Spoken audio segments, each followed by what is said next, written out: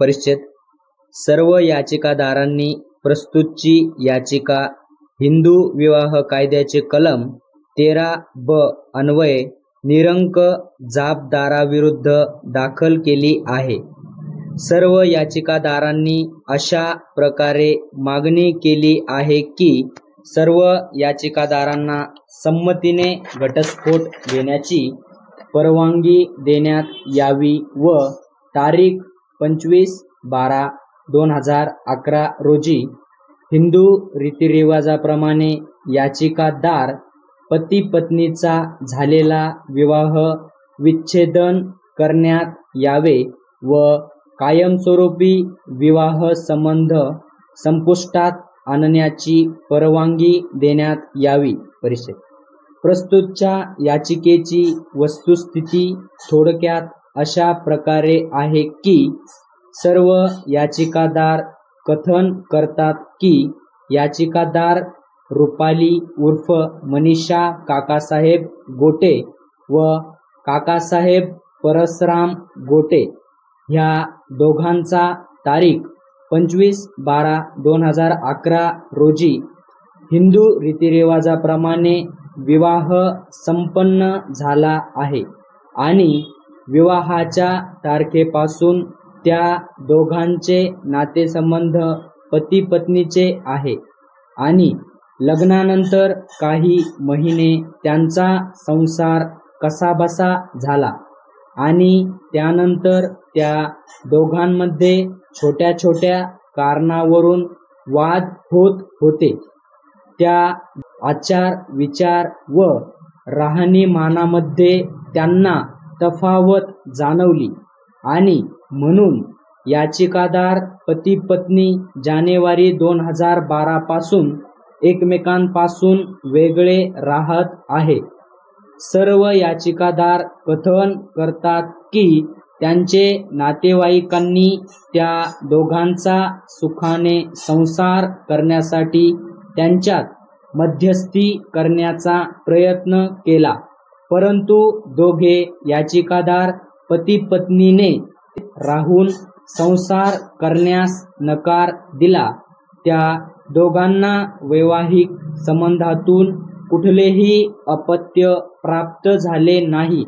सर्व याचिकादार कथन करतात की याचिकादार पतीने याचिकादार पत्नीला कायमस्वरूपी भविष्याची पोटगी म्हणून एक रक्कमी रोख रक्कम ₹80,000 दिलेले आहे आणि दोघांना असे मान्य केले आहे की याचिकादार पत्नी ही भविष्यामध्ये याचिकादार पतीच्या विरोधात दिवाणी अथवा फौजदारी प्रकरण दाखल करणार नाही व याचिकादार पत्नी ही संसार उपयोगी वस्तूवर हक्क सुद्धा सांगणार नाही. हे सर्व हक्क याचिकादार पत्नीने याचिकादार पतीच्या हक्कामध्ये सोडून दिलेले आहे. सर्व याचिकादार कथन करतात की त्या दोघांचे पती पत्नीचे वैवाहिक संबंध दुरावलेले आहे आणि त्यांचा संसार सुधारण्याची भविष्यामध्ये शाश्वती नाही आणि म्हणून दोघांना संमतीने घटस्फोट घ्यावयाचा आहे आणि एकमेकांपासून कायमस्वरूपी स्वतंत्रपणे राहण्याची तयारी आहे. सर्व याचिकादारांनी मागणी केली आहे की सर्व याचिकादार पती पत्नीचा तारीख 25/12/2011 रोजी हिंदू विवाह कायद्याच्या तरतुदीप्रमाणे झालेला विवाह कायमस्वरूपी विच्छेदित करण्यात यावा आणि दोघांचे वैवाहिक संबंध कायमस्वरूपी संमती घटस्फोटाने संपुष्टात आणण्यात यावे. सर्व याचिकादारांनी विनंती केली आहे की प्रस्तुतची याचिका मंजूर करण्यात यावी म्हणून प्रस्तुतची याचिका. परिच्छेद. सर्व याचिकादारांना त्यांचे वैवाहिक संबंध सुधारण्यासाठी वैधानिक 6 महिन्यांचा कालावधी म्हणजे तारीख 3/11/2016 रोजीपर्यंत देण्यात आला होता, परंतु याचिकादार पती पत्नीमध्ये वैवाहिक नातेसंबंध या 6 महिन्याच्या कालावधीत सुधारलेले नाही व तशी शाश्वती सुद्धा दिसून आली नाही व त्या दोघांची संमतीने एकमेकांपासून स्वतंत्रपणे कायमस्वरूपी विभक्त राहण्याची तयारी झाली आहे. प्रस्तुतच्या याचिकेच्या वस्तुस्थितीचे अवलोकन केले. सर्व याचिकादारांचे विद्वान वकील श्री S. म्हस्के यांना ऐकले. युक्तिवाद व पुरावा विचारात घेता खालीलप्रमाणे मुद्दे निकालासाठी माझे विचारार्थ आले आहेत. मी त्यांचे निष्कर्ष कारणमीमांसेसह खालीलप्रमाणे नमूद केलेले आहेत. मुद्दे: सर्व याचिकादार सिद्ध करतात की सर्व याचिकादार पती पत्नीचे वैवाहिक संबंध भविष्यामध्ये सुधारण्याची मुळीच शाश्वती नाही.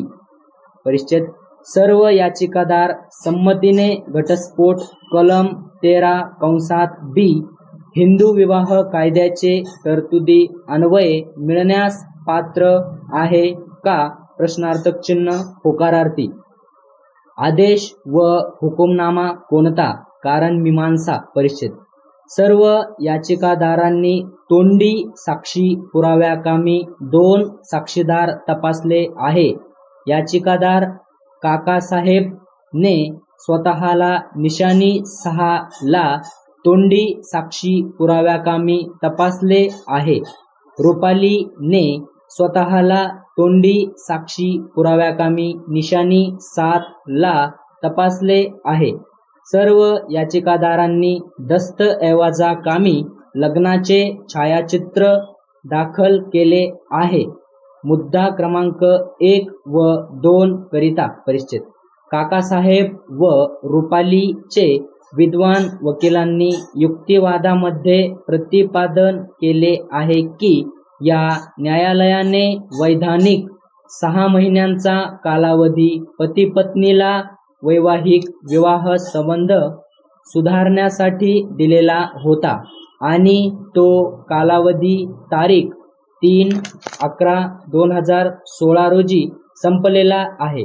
परंतु त्या 6 महिन्यांच्या कालावधीत दोघे पती पत्नीचे वैवाहिक संबंध सुधारलेले नाही व ते भविष्यामध्ये सुधारण्याची शाश्वती नाही.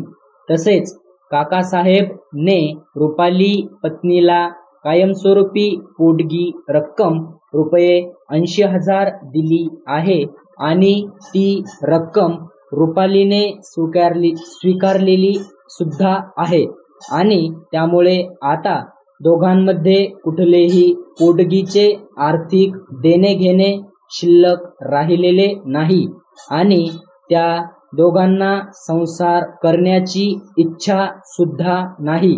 त्या दोघांना एकमेकांपासून कायमस्वरूपी स्वतंत्र राहावयाचे आहे आणि म्हणून दोघांना संमतीने घटस्फोट घेणे आवश्यक आहे.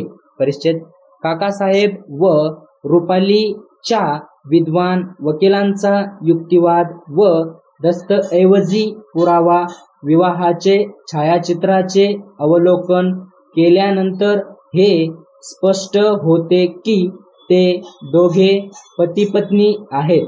तसेच काकासाहेब व रुपाली ने दफ्तरी सदरी तोंडी साक्षीपुरावा की कलम 13(b) हिंदू विवाह कायद्याचे तरतुदीप्रमाणे दिलेल्या 6 महिन्यांच्या वैधानिक कालावधीमध्ये त्या दोघांचे वैवाहिक नातेसंबंध सुधारले नाही.